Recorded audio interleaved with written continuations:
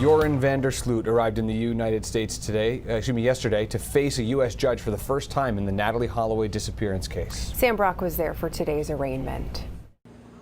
Here in Birmingham, the judicial proceedings today were incredibly quick. The entire hearing only lasted about 3 or 4 minutes. The judge came in and immediately arraigned Joran van der Sloot on 2 different charges, extortion and wire fraud. Again, nothing connected to the actual death or disappearance of Natalee Holloway, but charges that still carry up to 20 years behind bars if he's convicted.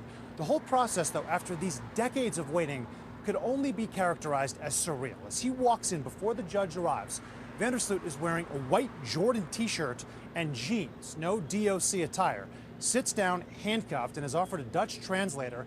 And at this point, there's just so much tension in the room.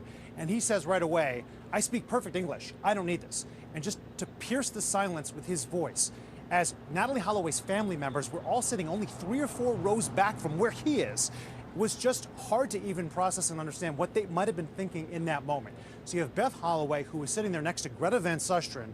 On the other side of her is the family spokesperson.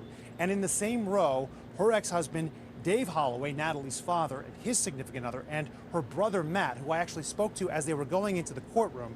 Matt says at least this is a semblance of something. Now, as far as van der Sloot is concerned, he did plead not guilty through a public defender or federal defender that was assigned to him today, and he's currently in U.S. Marshals custody. The rest of the family largely walked out of the courthouse without offering further comment. This whole family that's been grieving for years, in arm's length away from the man who was at the very center of the case.